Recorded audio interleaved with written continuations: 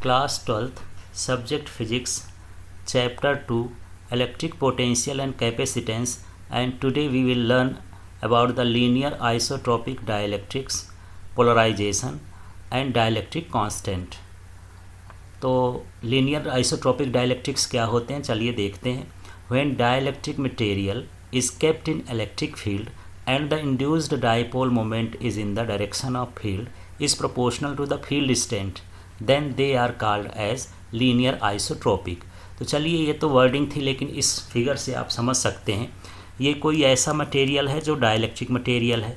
इसको कहाँ पर रखा गया है, इसको इलेक्ट्रिक फील्ड में रखा गया है. जब इलेक्ट्रिक फील्ड में रखते हैं तो इसमें जो है डाइपोल मोमेंट्स क्या हो रहा, इंड्यूस्ड हो रहा. मतलब इसमें भी जो ये माइनस और प्लस आपको दिख रहे हैं ना, ये डाइपोल कहलाता है. पिछले चैप्टर में आप पढ़ चुके हैं डाइपोल क्या होता है. When equal and opposite charges separated by small distance then it is known as dipole and this dipoles are aligned in the direction of electric field.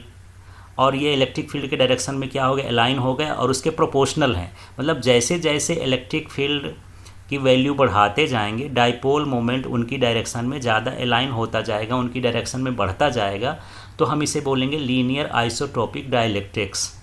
तो मान लीजिए कोई एक कागज़ का टुकड़ा ही है, कागज़ के टुकड़े को हम इलेक्ट्रिक फील्ड में रख दिए हैं. तो इलेक्ट्रिक फील्ड में जैसे रखते हैं तो उसमें डाइपोल इंड्यूसेस हो जाते हैं और किसकी डायरेक्शन में होते हैं, इलेक्ट्रिक फील्ड में. और जैसे जैसे हम इलेक्ट्रिक फील्ड की वैल्यू बढ़ाते जाते हैं उनका डायरेक्शन और डाइपोल मोमेंट की वैल्यू इंक्रीज होती जाती है. तो हमको समझना चाहिए कि कैसा डाइलेक्ट्रिक है, ये लीनियर आइसोट्रोपिक डाइलेक्ट्रिक है. तो दो चीज़ें समझना है, यहाँ पर डाइलेक्ट्रिक मटेरियल को इलेक्ट्रिक फील्ड में रखना है. दूसरा ये समझना है कि उसमें जो है डाइपोल मोमेंट जो हैं वो इंड्यूस होंगे. और तीसरा ये समझना है कि जो डाइपोल मोमेंट होंगे इलेक्ट्रिक फील्ड के डायरेक्शन के या उसकी स्ट्रेंथ के डायरेक्टली प्रोपोर्शनल होंगे. तब हम इस डाइलेक्ट्रिक को क्या बोलेंगे, लीनियर आइसोट्रोपिक डाइलेक्ट्रिक. अब हम समझते हैं पोलराइजेशन क्या है. तो वही सेम ही है जैसे हम ऊपर अभी देखे थे लीनियर डाइलेक्ट्रिक आइसोट्रोपिक डाइलेक्ट्रिक के लिए, उसी तरह से ये भी है. When dielectric material is kept in electric field, ये देखिए डाइलेक्ट्रिक मटेरियल है, इलेक्ट्रिक फील्ड में रखा गया है. Then net dipole moment develops per unit volume in the dielectric in presence of external electric field is called polarization. तो चलिए polarisation को इस फिगर से देखते हैं. मान लीजिए हमारे पास कोई डाइलेक्ट्रिक मटेरियल था, उसे हम इलेक्ट्रिक फील्ड में रख दिए हैं. तो जब इलेक्ट्रिक फील्ड में रखते हैं तो उसमें डाइपोल डेवलप्स हो जाते हैं, डाइपोल मोमेंट इसके अंदर डेवलप हो जाता है. तो उसके पर यूनिट वॉल्यूम में जितना डाइपोल मोमेंट डेवलप होता है उसे हम क्या कहते हैं, पोलराइजेशन. तो चलिए फिर से इसको कैसे बोलेंगे, वर्डिंग कैसे बनाएंगे. When dielectric material kept in external electric field then net dipole moment or total dipole moment develops per unit volume of dielectric material then it is known as polarization. तो इसे हम क्या कहते हैं, पोलराइजेशन ही कहते हैं. अब देखते हैं पोलराइजेशन और आइसोट्रोपिक डाइलेक्ट्रिक्स में क्या रिलेशन है. For linear isotropic dielectrics polarization is directly proportional to the field strength. तो जो लीनियर आइसोट्रोपिक डाइलेक्ट्रिक्स होते हैं उसमें जो पोलराइजेशन होता है वो इलेक्ट्रिक फील्ड के डायरेक्टली प्रोपोर्शनल होता है. मतलब जितना इलेक्ट्रिक फील्ड आप अप्लाई करेंगे पोलराइजेशन उतना ही अधिक होगा. तो यहाँ ये P जो है ये P पोलराइजेशन को डिनोट करता है, E फील्ड स्ट्रेंथ या इलेक्ट्रिक फील्ड को डिनोट करता है. तो यहाँ polarization is directly proportional to electric field. लेकिन ये किसके लिए है, लीनियर आइसोट्रोपिक डाइलेक्ट्रिक्स के लिए फॉलो होता है. तो यहाँ पर P इक्वल टू, ये इस प्रोपोर्शनलिटी का साइन हटेगा तो एक कांस्टेंट आएगा और ये कांस्टेंट क्या है, साई ई है.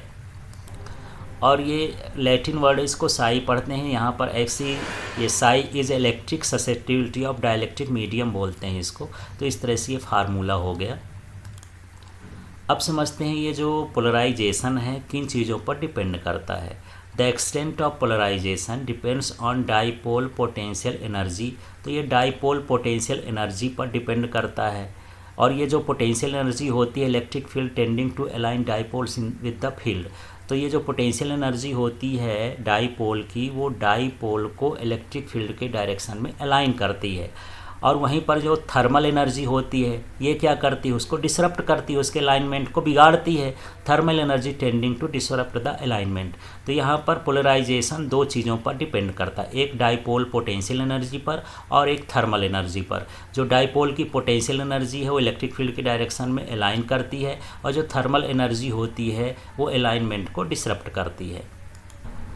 चलिए अब समझते हैं डाइलेक्ट्रिक कांस्टेंट क्या होता है। तो इस फार्मूले को पढ़ सकते हैं। जो ये एप्सिलॉन लिखा है ये परमिटिविटी ऑफ मीडियम है, और ये जो एप्सिलॉन नॉट लिखा है ये परमिटिविटी ऑफ फ्री स्पेस है, और ये जो के लिखा है ये डाइलेक्ट्रिक कांस्टेंट है। बस इसको पढ़ दीजिए।